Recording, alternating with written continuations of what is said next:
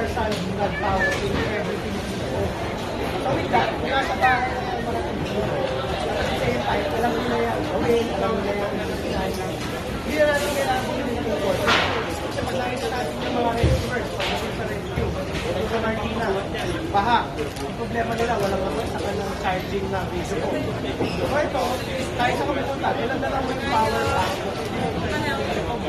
Ito naman, may radio box na lang, pwede ka mag-communicate ng pasarado. So, hindi na mahihirapan yung rescue natin dahil yung mga Pilipino, kasama na daw nag-rescue. Like, punta ka sa isang lugar doon sa day, sa Tacloban. Punta mo, ulong mag-day. Saka, binigyan natin ng confidence yung mga Pilipino. Kung ako nakuha ko itong invention na ito, binigyan natin confidence. Nagamit ng military, nagamit ng kaya nila pag-developer ng mga ganitong technology. Saka meron tayong tinatawag na yung Harvard Business Competition. Welcome lahat ng Pilipino dyan ang sumali. Nag-originate ko doon.